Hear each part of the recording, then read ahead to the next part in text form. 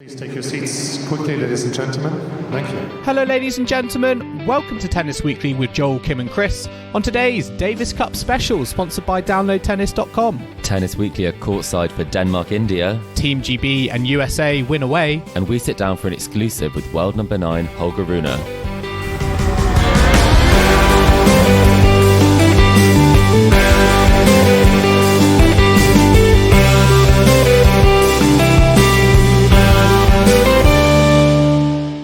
Chris, today is the 6th of February and we are here for a Davis Cup special at Tennis Weekly HQ.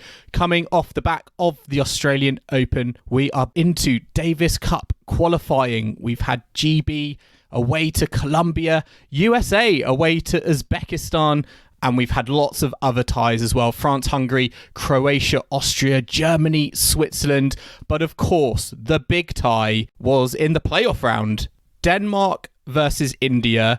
You were present for it. How did it go? Well, I was in World Group 1, and it was the stakes couldn't be higher. One of these teams was going to be relegated out of India and Denmark, and it was at home for the Danes. As a Danish resident here, it was the perfect opportunity to go and speak to the teams and get the perspective of how Holger's doing, how he's developing. I think it was a great opportunity for Tennis Weekly to get courtside. I mean, it was very exciting because we do have, coming up in this episode, interviews with Holger Rune, Rohan Bopanna, and Tennis Weekly favourite, well, we should say Tennis Weekly favourite, Kim's favourite, Freddie Nielsen of all people, who I believe you had a bit of a laugh and a bit of banter with. Yeah, I think that was the key objective I had from Kim was to find Freddie. Yes. And I think maybe we hadn't all fully realised, I definitely realised that he was the Danish captain, so it wouldn't be too hard to find him because he'd be playing a very prominent role in the tie. But no, in press we had some very interesting chats, and I think it's interesting to see that we said he'd quite like to draw the Brits at some point. So that's some fighting talk, and maybe that would question Kim's loyalty towards him. Well, I wonder what Kim thinks of that. Well, obviously, we'll have to ask her on our next tour catch-up, which will be coming next week. But yeah, you were there. You're at the tie as part of media. Very special thanks to the Danish Tennis Federation for that. What was your thoughts going into the tie? You know, you, I think, managed to catch up with Holger on press day before the match got underway. How was that experience for you? Yeah, it was the first time I've been to one of the draw ceremonies, which I think it's a slightly unusual one because they're only drawing, I mean, it's 4 matches, pretty much 5 total, and the lineups change almost immediately after that when it comes to seeing who's going to play on that second day. So there's a lot of ceremony around it. There was a lot of press attention there because obviously Holger is a superstar in Denmark. So I think people were slightly confused as to why there was a Brit at the India-Denmark tie. But no, there was a great atmosphere and great excitement because this was the biggest event that Denmark has had for tennis in, I think, three years. And there's not currently an ATP or a WTA event here at the moment. So this was all eyes on Hillerød, where the match was being played. But yeah, it was great, and we got to speak to Holger beforehand. Got to ask him some questions about his game. We got to ask him how he's feeling kind of playing for his country, and how he's feeling about kind of looking forward to the Olympics in 2024. So I think we can hear some of that now. Okay, so firstly, we're going to say how great is it to be playing in Denmark, having probably not spent that much time here in the last year, and maybe, I'm not sure if your off-season was here or you were somewhere else. I was somewhere else, so it's really good to be back to play in front of the full Danish crowd tomorrow, and I'm super excited. We have a good time on the team, you know, all the guys seems ready, and I'm ready too, so it's going to be hopefully a great match, and I'm super pumped for it. We were in Stockholm where you won the title, obviously, and one of the key takeouts from that is that we didn't see there were many weaknesses in your game. We were wondering, from your perspective, is there a part of your game you're working on particularly, or you think you could improve significantly? I'm working a lot on my serve to higher the first serve percentage. I think it's very important because, you know, all the guys on the tour, when you put in a good first serve, you have a very good chance to win the point. So that's what I'm working on, and, you know, just all the other things, it's important to try to improve every time you step on the court, and same with the mental and the physical stuff. Try to improve 1% every day. If you'd kind of gone even further in Australia, would you have still kind of made the Davis Cup tie the priority to come back and play, or was there kind of a change in plans? I would have come and play as well, because it was planned, and I was super pumped and excited to come back home to Denmark and play, and it's going to be great. No matter how good I did in Australia, I was going to play. Yeah. We had a few questions from our listeners, and one of them was whether kind of the Olympics is a big goal of yours and playing for Denmark there. It is. I'm super excited for it. It's going to be next year, 2024, in Paris. I always played great in Paris, and I'm excited for it. It's a great event. As a kid, I've been dreaming about it as well, so it's soon a reality. In terms of this match being played on indoor hard courts, which surface do you think kind of suits your game best, and which surface do you think you're most likely to have kind of some of your best results on? I think hardcourt and clay. Still have to get some more experience on grass, but still I feel like my game, the aggressive game style I have, is good for grass, and I move well. I just have to practice more on it and get used to it, and I think I can be as good as I'm on hardcourt and clay. And then the final question is also from a listener who asked if there was kind of a piece of advice that you were given last year that was really kind of important to kind of changing how your season went, if there's something that particularly stood out to you from advice you've been given. Not just one, it's a lot. Yeah. But yeah, I mean, just basically every day you go on court, stay focused, keep your game playing, keep going on the right path, because one day you'll reach as good as you can be. Just stay focused. Exactly, stay focused. Thank you very much. Thank you. Thanks, guys. Good luck. It's very interesting hearing from Holger Rune there on lots of different aspects. I just want to say it's actually great, I think, to see players of his quality take Davis Cup seriously and play these ties, even though it can feel like it comes up in opportune moments, the jet lag all the way coming over from Australia, but the opportunity to play in front of your home crowd is genuinely special. And in these moments, I feel like there's a great vibe and there's a great atmosphere. Now, talking about the things that you spoke to him about, you were quick to kind of talk to him specifically about his game and the areas he wants to work on. And I think he mentioned his first serve in particular, and how he thinks that's such a crucial weapon that just every tennis player on the ATP Tour needs to have at the moment. Did that take you by surprise, or were you a little bit like, it's just a fundamental thing that all aspiring tennis players on the ATP Tour need to have in their locker? Yeah, I wasn't necessarily surprised by the answer. I think when you look at his backhand and you look at his forehand, they're such good weapons. His movement is exceptional. So the serve does make perfect sense to me, unless he was really trying to kind of move up the court a bit more, which doesn't necessarily seem to be his game style. What was interesting about what happened after this conversation is that you could see that he was definitely trying to work on some aspects of his game, almost try things out whilst the stakes were slightly lower, not necessarily in terms of the pressure of playing in front of your home crowd, but the opponent's rankings from India were not particularly high. So I think he was going for his first serve a bit more and also going for a second serve a bit more. So there were more double faults, but I think it was actually the perfect opportunity for him to try some things out on serve.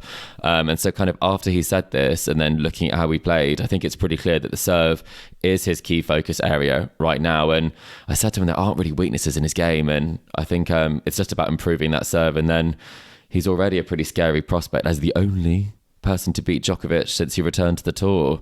So there's not much to work on, is there? I mean, he was so unlucky. I think, again, in that Rublev match at the Australian Open. Who knows? Yeah, who knows where that could have taken him. And, something that I was surprised by, and I did not know, even as an ardent and passionate tennis fan, I did not realise how important Davis Cup is to the Olympic cycle. We've got Paris coming up. Tennis players, of course, want to represent their country in Paris. And in order to do that, you need to put Davis Cup in your agenda and your calendar year in order to kind of get the entry requirements to play the Olympics. Yeah, I think you've got to play a number of times prior to, and in the couple of seasons prior to the Olympics taking place. So I think it's something where it's almost a hygiene factor for players to make sure that you are playing. So I think, for example, we've seen Tommy Paul play for the USA, but then Fritz wasn't there, TFO wasn't playing. They have obviously played for them towards the back end of last year, but they will need to play in the finals, for example, to make sure they are able to be kind of selected. It's rare that players wouldn't be selected, but I think that's why we've seen so many top players, such as Tsitsipas, play the final of the AO, and then he's in Greece playing No, it's incredible. Incredible. I mean, the turnaround is it's very commendable. I know, obviously, there are various kind of motives, but to do that, to go from that environment to another environment, I know that the big incentive is to play in front of your home crowd, and I think you see, in Denmark, also in Greece, you just don't get that many opportunities at the moment. Arguably, I think you see these great ties happen, and I think why aren't there more, or at least like one ATP level or WTA level event on the tour in that country? Yeah, and we asked this to another one of the players, August, who played the second singles, and I think they talked about the fact that there were so many of these sort of smaller events in the USA, and I think Bopanna actually mentioned it, who you'll hear from in a minute, who said about kind of Ben Shelton, who hadn't actually left the USA prior to, having his incredible run in Australia, but he was able to get the ranking up. So I think it's one of those things where having players who are achieving a lot of success is really an opportunity for the infrastructure and for the tennis federation to be able to put on events like the Danish Tennis Federation were able to do, that really ups the profile and potentially could get and kind of set them on the path to getting one of those prestigious WTA or ATP events in the future. Now, you spoke to him about court surfaces, and he was saying he thinks his best surface is hard court and clay, but he doesn't feel like he's had enough time on the grass yet, though he thinks he can be very a threat on it. Where do you stand on Holger Rune going into the the grass court season later in the year? If he's working on his first serve, that's going to obviously help him on a grass court. Do you see grass being maybe a surface he can thrive on in the future? I mean, there's no reason why he wouldn't be able to, based on the game that he has, especially seeing him playing the doubles. I mean, he had some unbelievable hand skills. So I think he has all the weapons, all the right kind of pieces of his game to do some real damage on grass. I think the balance will be about making sure he plays aggressive tennis, because if you do kind of slip into some of those clay court mentalities, I do think that's where we see some clay courters not necessarily get their best results. But an interesting piece of information, as someone who has been playing tennis in Denmark recently, I think the reason why Holger's so good indoors and then on clay is because that's actually how Danish tennis is set up. So in the spring and the summer, you play on clay, and then you go indoors because the weather's so cold, and you play on indoor hard. So I think that's kind of why his best results have come on the indoor hard courts and on clay. So I think it's probably just because he hasn't had that much experience on grass, like he said. So there's no reason why it can't be a great surface for him in the future. Yeah, and I think he's got definitely the right mentality in the approach, and I love his talk about staying focused, and I do genuinely kind of look at him and watch him on TV, and I just think he just loves tennis, and he just consumes it like fans do 24/7. And I think you need that focus when you're competing with the very best in the world, but also players like Novak Djokovic, Rafael Nadal. Do you think this is a thing that is just common throughout these kind of next generational type players like Holger Rune, where they've growing up in this era that's just like super competitive, and as a result they're going to need to be switched on right from the get-go? Or do you feel like this is unique specifically to Holger Rune? I think he's definitely very, very focused, and he is obsessed with the game. I think the only player that I've kind of seen who's had the similar levels of sort of obsession with the game is Leila Fernandez, who really is a student of the game as well. And we learned a lot about that on her path to the US Open final, that she studies matches. She watches matches in her free time, like older matches that have been played in the past. And I think that's definitely something, when you've seen some of the players that Holger's now playing, when he's been watching those matches and studying those matches, and he lives and breathes the game, I think it really does help you stay focused, because you don't kind of get distracted at things outside of that. And I do think potentially seeing how the next gen, the mid-gen, the current gen, I always call it the wrong name, but I think they've been a bit distracted at times by some of the fame and celebrity of things. And I think he's super grounded and super focused, and I think it sets you up in a great place to be able to kind of maximize what you can do on the tennis court. I mean, just to play devil's advocate here, is there an argument to say you could be too focused? Because I know you just said Leila Fernandez, which I think is very interesting, because when I hear very, very focused, I think on the men's tour, Andrei Rublev, who I think he wants it so... I just feel like when I watch him, he wants it so badly.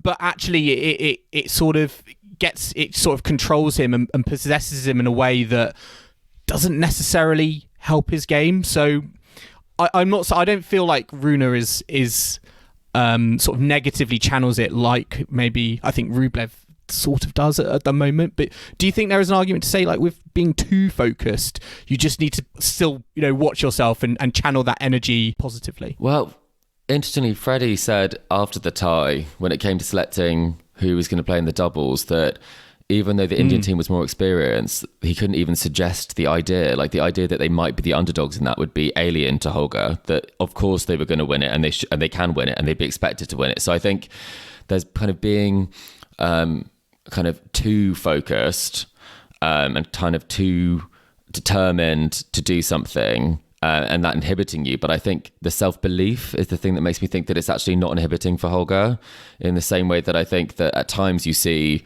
the frustration boil over from Rublev, and you just see that he wants it too much, and it brings out sort of a side of his character that isn't really typical for him and doesn't get the best out of him. But I think there is this sort of bubbling under sort of belief that not everyone has. That self-assured confidence, like a Yelena Ostapenko. Oh, I'd love to get an Ostapenko reference in. But, I think that she thinks on any given day she can beat anyone. I think it's the same with Holger. And so I think maybe that is a comparison I'll allow you to make. But I think right now it's definitely not a problem. I think if the results don't come, like same with Rublev, for example, that if he doesn't make the semi or final or a win at Grand Slam level or at Masters level, then I think it does start to take a toll on you mentally. But right now, he's 19, he's already won a Masters, and so I think his trajectory is quite different from kind of Rublev in that comparison.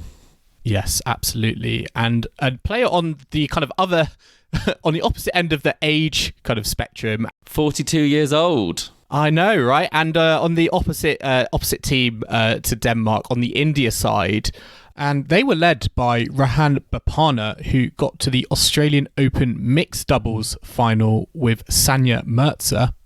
We also caught up with him before the tie, and here's what he had to say. So you had a really quick turnaround from the Australian Open, going all the way to the finals, to then coming here to Denmark. When did you land, and what have you been up to? Yeah, first of all, very happy to be in Denmark. It's been a long time since I've been to Denmark. I think 97 I'd come for a junior tournament. But yeah, right after the final, the following day I took a flight. It took me about 30 hours to fly here to Denmark, and I got here on Sunday. The 29th, so I think that the entire 28th somewhere I missed out. But still, I think the toughest part was not only flying, but going from 30 degrees to 2 degrees. So that the body took a little bit of shock. And the second day, I think, is when the jet lag really hit me, and I went to sleep at like 8 p.m. and I woke up at 6 a.m. So that was much needed. Much needed one of those days. And but yeah, happy to be in Denmark, and anytime you get a chance to, I think, represent your country, it's always, I think, the first priority as an athlete. So I'm really happy to be back in the team and playing for India. You say kind of going from different temperatures.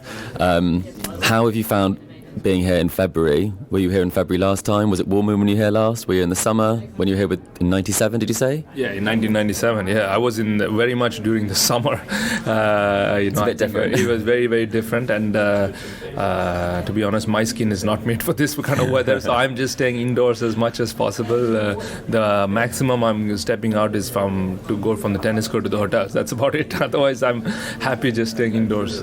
Did you get any warning that it was going to be cold? Do you have winter jackets?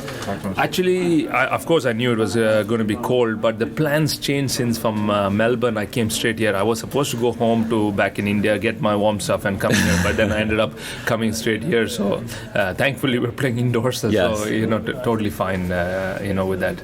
Absolutely. You had a great result, reaching the final obviously in Australia with Sania.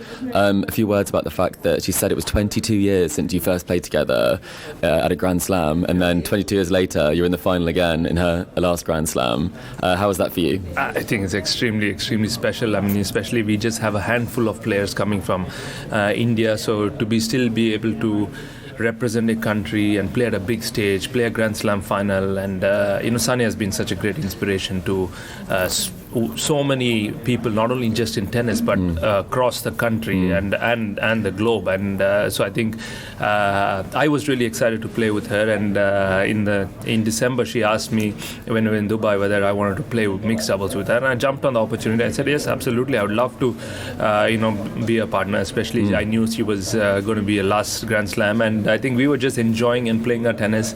And playing together for so long, I think won us those close matches also, coming through that. And of course, it would have been a fairy tale ending to win the title. But having said that, I think we're really happy that we got to play so many matches, and everyone back home in India got to watch that. And I think anytime I feel there's people watching or kids watching, that's when you can inspire someone. And I think I think that's the biggest thing for us. And I wish Sania all the best for rest of her career. I think she has a long career ahead in whatever she does, but I think it's really fantastic that I got an opportunity to play with her. Yeah, it was great to see, and I think we all had our fingers crossed that you'd win that final. So, but still, it's amazing to have made it to the final and have your last Grand Slam match be a final for her. Yeah, absolutely.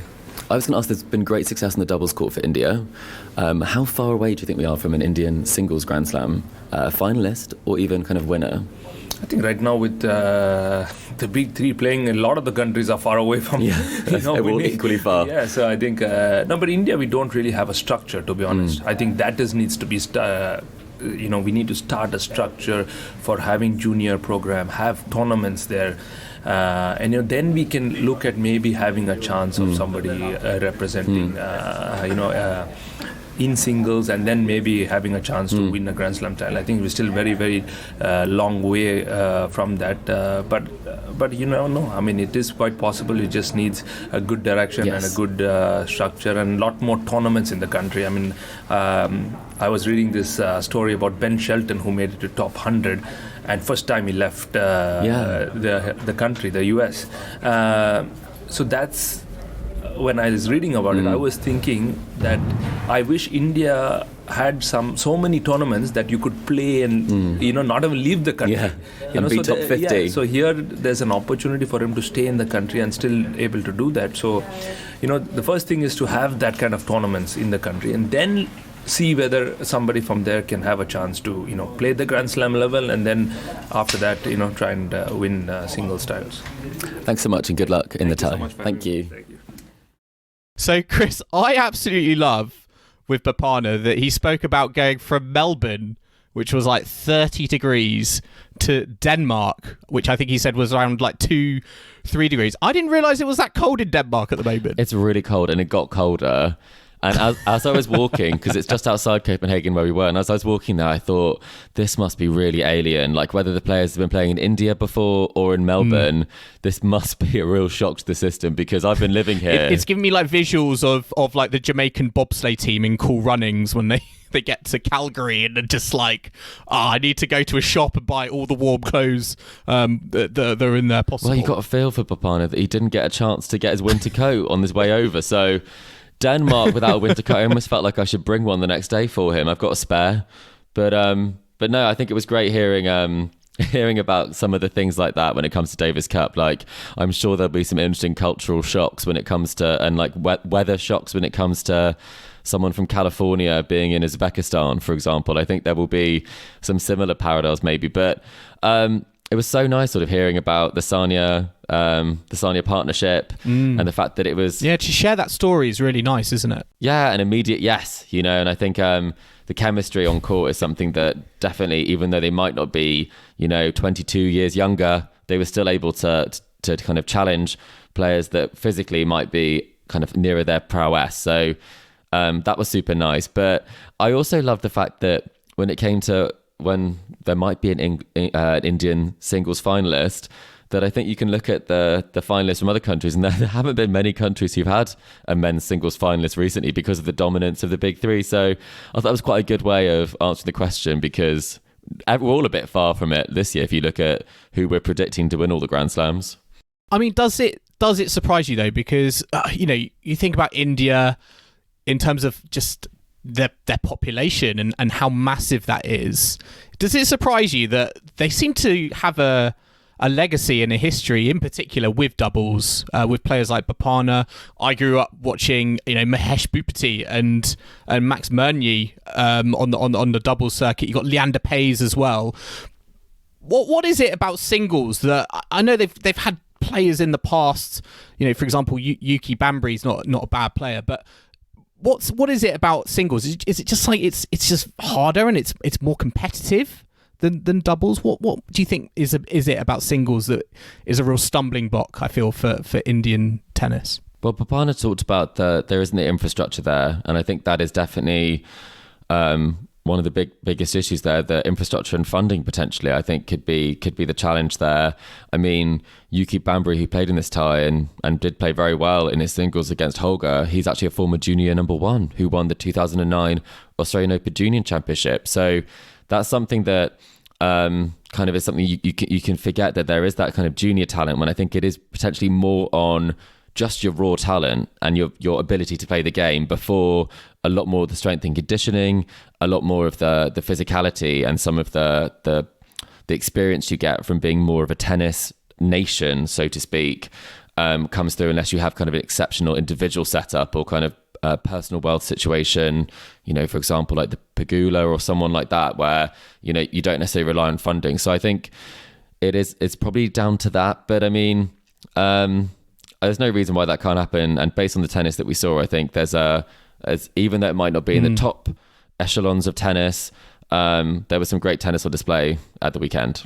Yeah, it was a great match. And actually, we're going to take a quick break now, but we're going to be back in the second half, where we're going to have part 2 of our interview with Holger Rune. We're also going to be chatting about the general tie as well.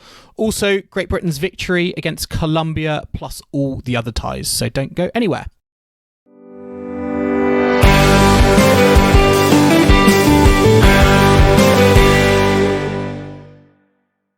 Welcome back to the Tennis Weekly podcast, sponsored by DownloadTennis.com. And now we're going to move on to talking about the performances and the results, Chris, that you watched in the Denmark tie. India slumped to a 3-1 defeat. From looking at it on, from the report, it sounds like it was pretty much the Holger Rune show, and he certainly lived up to the billing, defeating Bambri in the singles on day 1, 6-2, 6-2, then teaming up with Ingildsen to defeat Bopanna and Bambri in the doubles, and then finishing the tie off, defeating Nagal in straight sets. Where for you did this tie rest on? Because I'm not going to lie, I was a little bit surprised. I guess Bopanna and Bambri weren't maybe more competitive in that doubles match, given their prowesses, and I think the amount of familiarity they have with their games, potentially, versus the doubles pairing, which to me felt a little bit more of like a scratch pairing, given that came in because Nagal defeated Holmgren on day 1. Yeah, so I think you can read, and I felt the same. I thought that the tie that India was most likely to get was definitely the doubles.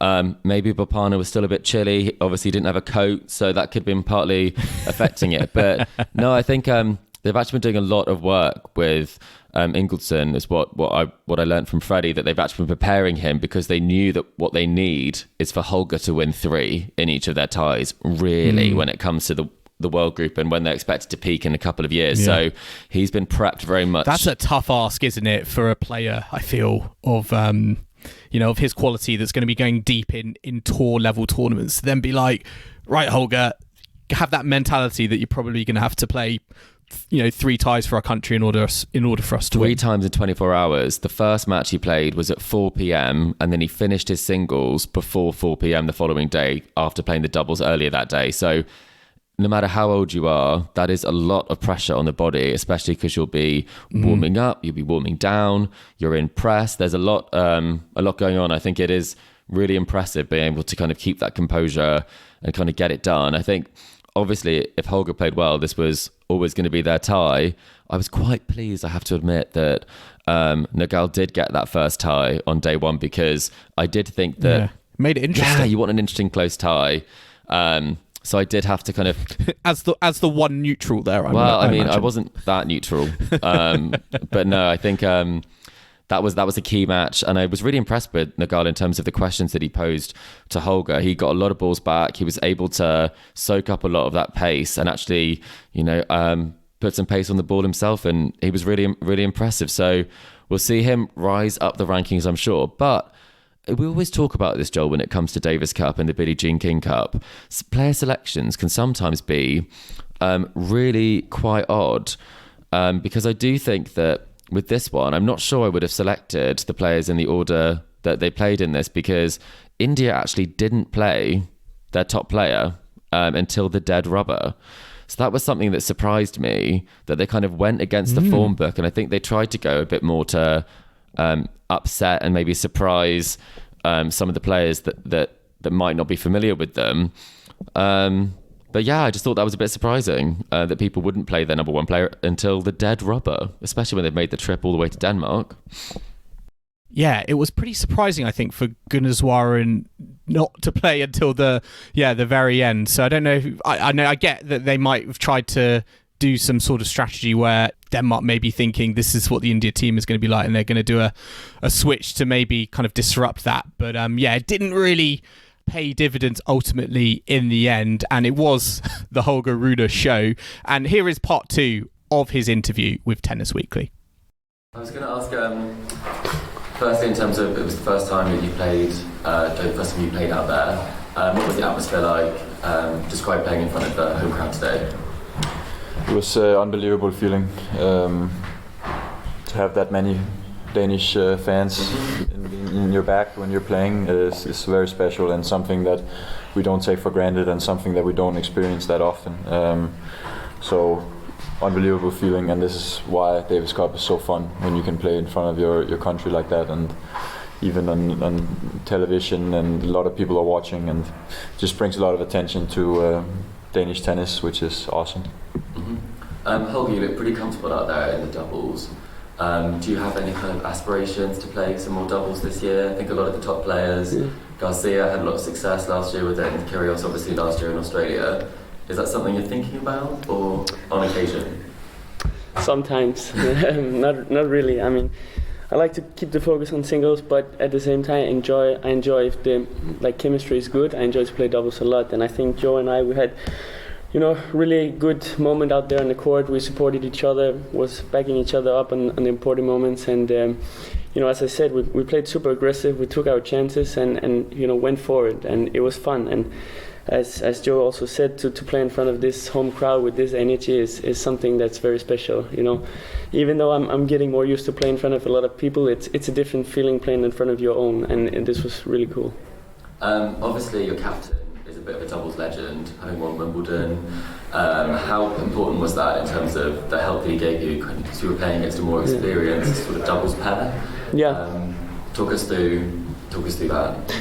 Yeah, it was good. I mean, it feels great to have Fred on the bench, because he has this experience behind him, and he can give a few clues and a few tips here and there, and it's you feel comfortable because you know how well he did and how much experience he also brings into this. So it was cool. I mean, all in all, great atmosphere, great energy. So I'm super happy.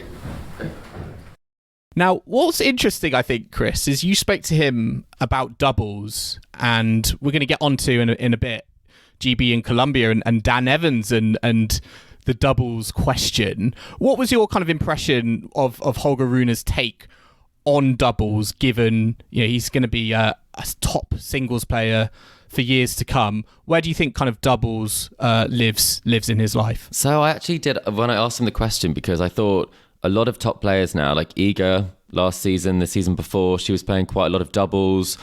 It was also the case that Garcia and Kyrgios both won slams last year, and it kind of, we think, led to a springboard to their success. So seeing him play doubles, I was kind of blown away by some of the volleys he was making. It was, as we said, the Holger Rune show, but he would definitely be a top 10 doubles player if he was playing regularly on the tour. And I think seeing, Bopanna is ranked in the top 20, seeing someone like Holger play against him, and Holger is so talented in all areas of the court. So I did ask him the question. I was hoping he might say that he'd play a couple of matches with Tsitsipas every now and again, or maybe the odd doubles. Yeah, I was just trying to think who he would play with. Well, maybe we can see him doing a bit of doubles sort of in the grass court season, get some court time in case you go out early in the singles. That might be a time we see it, but it's definitely not the plan, which is a shame because I think the more we get to see him play, the better. But I do understand that singles is such a physical game now that it doesn't necessarily make sense to put your body through that extra stress. Is he just happy to live in the shadow of Freddie Nielsen, obviously a Wimbledon doubles Grand Slam champion? He's letting him still have his moment whilst he focuses on the singles. I mean, it could be that. I think unfortunately for Freddie and maybe even for kind of Wozniacki, both Slam champions, but I think there is this expectation that Holger might be able to trump that. I mean, based on what we saw, it was the fairytale match with a fairytale result, and I think it just showed that if you're 19 and you're able to keep your composure in front of one of the biggest crowds he has played against, and they're all Danish, all supporting him, all of the commitments in media, that's big pressure. It's a lot of pressure, and he delivered. And even when he wasn't playing his best tennis, he found a way to win. So I think Freddie might be safe on the doubles court, but I think in terms of the Grand Slam tally, you'd have to think that Holger might be coming for that record. I mean, where does this just on finally on Rune, where do you think this leaves him, for the rest of the season? Can he take much from this tie, or do you feel this was more kind of just a great opportunity for him to get in front of his home crowd? And where do you see Denmark potentially going from here in Davis Cup? Do you feel like they could become, be in the Davis Cup group finals at some point? They've made it through the playoff round. I think they're maybe 2 matches away from that moment. How far do you think they can go with this team and Holger Rune? And does it depend on if Holger Rune turns up or not? Well, last year they did play against India away and they lost 4-0 and Holger Rune did not play. So I think that answers the question in terms of this is the Holger Rune team. But I think in terms of how important this is, I think it's really important to momentum. And I think in terms of having country support behind you, I think we've seen how much that helps players, knowing that they are supported by their teams at home and their countrymen. I think it also provides really nice momentum. Obviously, he didn't need to play. He's not going to get much from these matches beyond kind of the experience of playing under kind of a great deal of pressure in front of a home crowd. He can work on a few things, but I think for him, it's just another positive thing that's happening on what will be a very positive season. And I think I've predicted for him to win, what was it? I think I put him to win Roland Garros. I didn't ask him about that because I thought maybe it might be a bit presumptuous, but no, I think it's a great stepping stone. And in terms of Danish tennis, I think the doubles pair really did impress me. I think Joe played great. And then I think Freddie's about to tell us that they played practicing, kind of training him up for that. We're going to play a bit of that in a second. But I think it is very much dependent on how the scheduling works out. But do I think that with Holger they can get to the World Group? Absolutely. And would I want to play Denmark this time later in the this year and next year and the year after when they might be peaking? I don't think that any country would fancy 2 singles rubbers against Holger in a doubles where he'll be featuring. Yeah, I agree. And, we had an interview as well with the Denmark captain, Freddie Nielsen, and we're going to play you a bit of that now. Freddie, how proud are you of the team today coming through and getting a win? And where do you think the match was won and lost? So most of all, I'm proud of the guys' application and attitude. We're very process-oriented in our team, and we don't celebrate wins or mourn losses as such. We celebrate how they're won and mourn how they're lost. And as always, I can't fault the boys for anything. They've applied themselves in an exemplary way all week, all practice, attitude, being there for each other, supporting, performing in the highest manner. You could see Holger coming in as a top 10 player today and playing an outstanding doubles, and maybe not reaching the level he's used to in singles, but still dug deep and did what he had to do to overcome an opponent who did very well on the day. And I think they're very good representatives of Danish tennis, and that's what I'm most proud of, because this was the biggest competitive tennis occasion in Denmark in I don't know how many years, and we got to show a national team in front of the match yesterday was played on the number one channel, like our equivalent of BBC One, and we can present a team of young, good guys who represent themselves well, who are well mannered and represent the Danish flag and their families and our team really well, and that's what I'm very proud of. And final question: when it came to the doubles, obviously they're less experienced than the Indian team they played today. What advice did you have before that? And kind of, was there anything from your doubles career that you were able to kind of impart in terms of advice on the court today? Well, I'm a living example of the fact that there's not a long way to a big surprise in doubles. It's much more evenly matched in doubles, and you even saw now in Australian Open that a scratch team won as a wild card. There are written books about that. Yeah, it is. So you talk about experience. I'll take quality over experience any time of the week, and twice on Sunday. And when you have a player like Holger, who's top 10, and I've seen him play doubles before, and I know he's very competent. I mean, his attributes are really good for doubles. He's a good server. His serve is quite well good for doubles because he's got a very good second serve. He's extremely good returns, and he's not shy at the net. So he doesn't hide as some singles players do, and he's a shot maker. He finds gaps in the opposition defensive organization. So I had a really good feeling that they were going to complement each other well. I know Joe has played a few doubles matches in Davis Cup, and he's always performed well. And I thought they could be a good match, and they could have good energy. So we had a few things about them, but mostly we were just focused on us and what we were going to do, because I know that if you have the momentum in doubles and you feel the vibe, that's much more important than any little tactical thing here and there. It goes so quick, and you can also see that when they come out and get an early break in both sets, that pretty much set the tone. So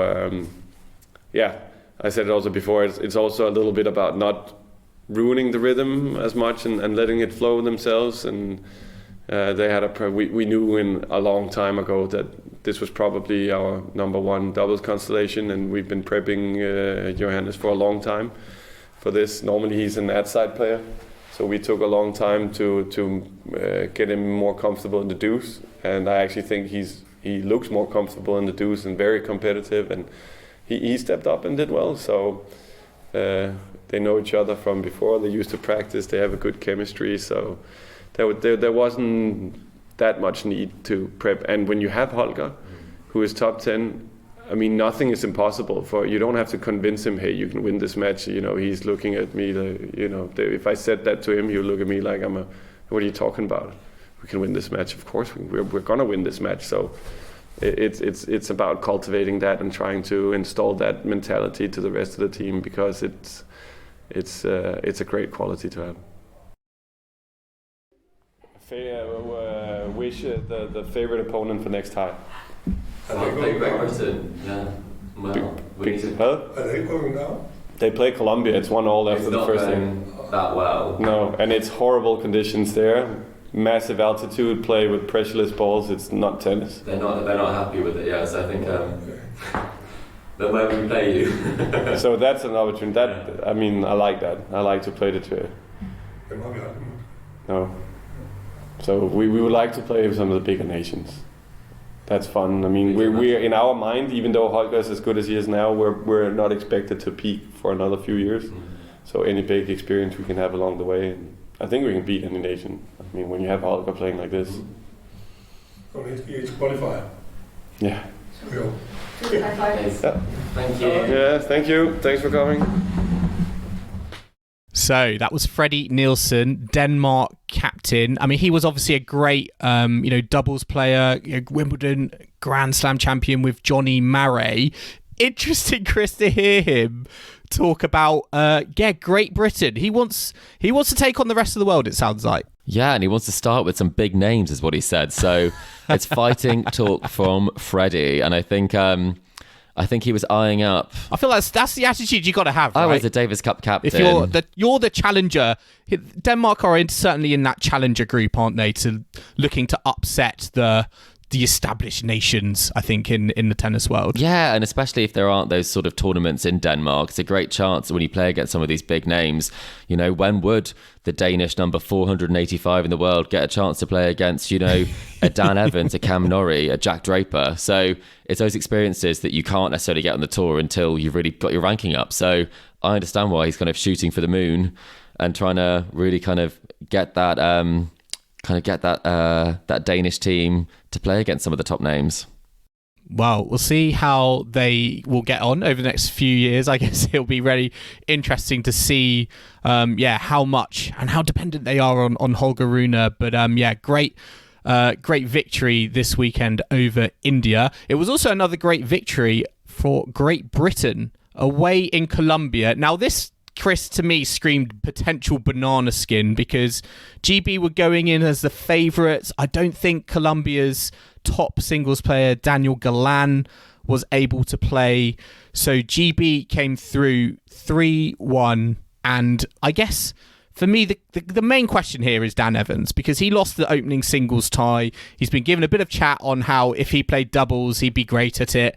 And he was thrust into that moment with Neil Skupski against Cabal and Farah, who are pretty handy, doubles specialists. And they duly delivered 6-4, 6-4. And that really turned the tie into GB's favour when, on day one, both the singles matches were split.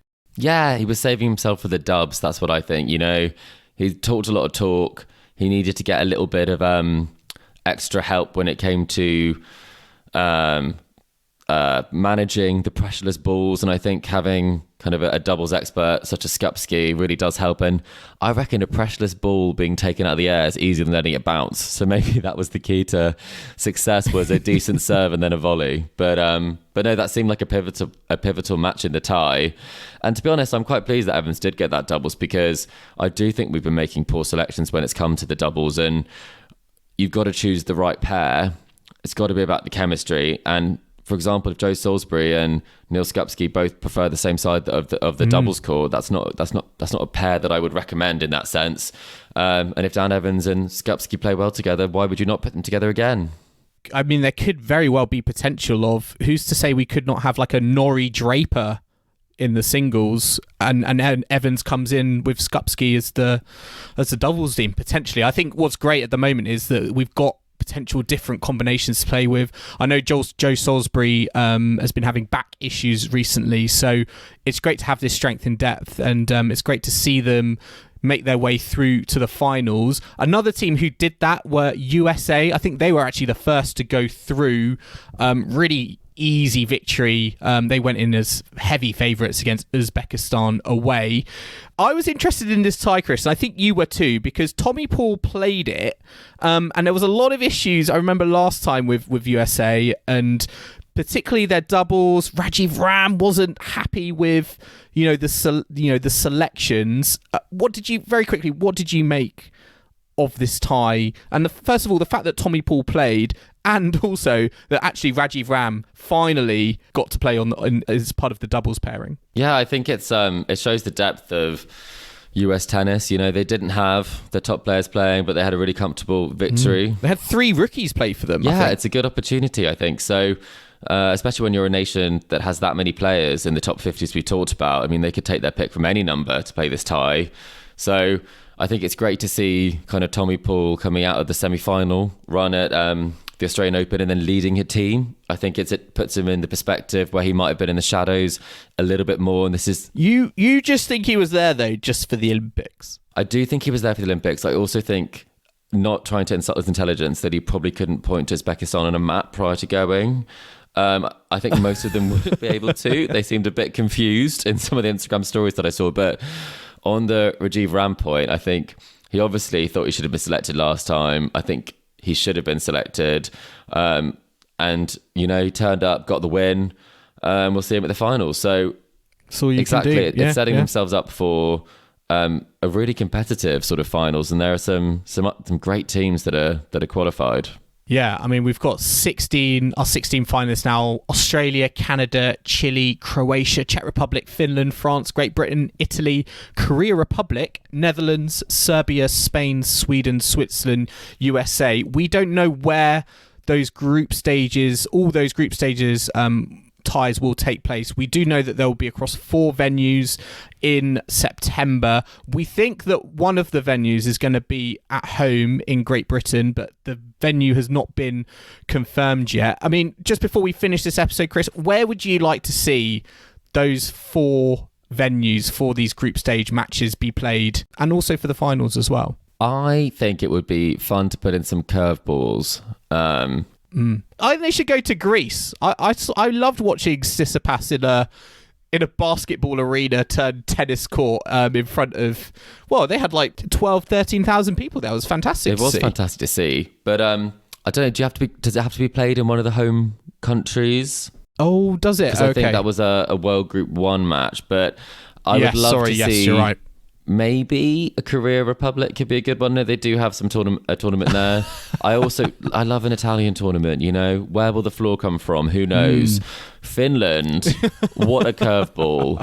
That could be good. But if I had to say who deserved it the most, probably Croatia. They've had a lot of success, and I think it would be good to kind of have a big event there.